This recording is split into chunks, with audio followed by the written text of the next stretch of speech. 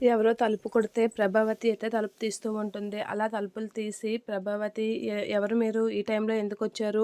డైరెక్ట్‌గా తలుపు కొడుతున్నారేంటి? అనైతే అడుగుతూ ఉంటుంది. గేట్ కాడ్నుంచి కొట్టడం అవ్వదు కాబట్టే ఇక్కడికి వచ్చి కొడుతున్నాం అనైతే అంటూ ఉంటాడు. అయితే ఎందుకొచ్చారు అనంటే, మీరు పూలదండల కోసం అనైతే అంటూ ఉంటారు. ఏంటి పూలదండలా? అని అంటూ ఉంటుంది ప్రభావతి. అవునమ్మా! పూలదండల కోసమే వచ్చాం అనంటే, ఎవరైనా పోయారా ఏంటి? అని ప్రభావతి అనేసరికి, మర్యాదగా మాట్లాడండమ్మా, శవాలకే ఏస్తారా పూలదండలు? ఇంకేం అవసరం ఉండదా?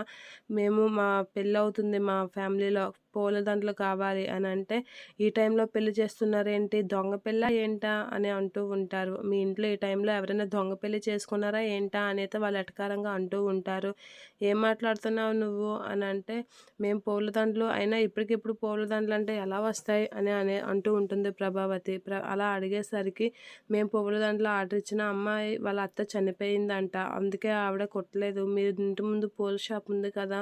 అందుకే మీ దగ్గరికి వచ్చాం. మాకు 2 పూలదండలు కావాలి అని అనేసరికి, టైము పద్ధతి లేదా? అని చెప్పేసైతే అంటూ ఉంటారు. ఇక ఏంటమ్మా, షాప్ పెట్టారు కదా! అడిగినప్పుడు ఇవ్వాలి కదా! అన్నట్లుగా వాళ్ళు మాట్లాడుతూ ఉంటారు. ఇక వాళ్ళైతే ప్రభావతిని విసిగిస్తూ ఉంటారు. ఇక ప్రభావతి అయితే కొంచెం విసుక్కొని వాళ్ళతో మాట్లాడుతూ ఉంటుంది. అలా మాట్లాడుతూ వాళ్ళు చెప్పిన దీనికైతే షాక్ అయ్యి అలా చూస్తూ ఉండిపోతూ ఉంటుంది.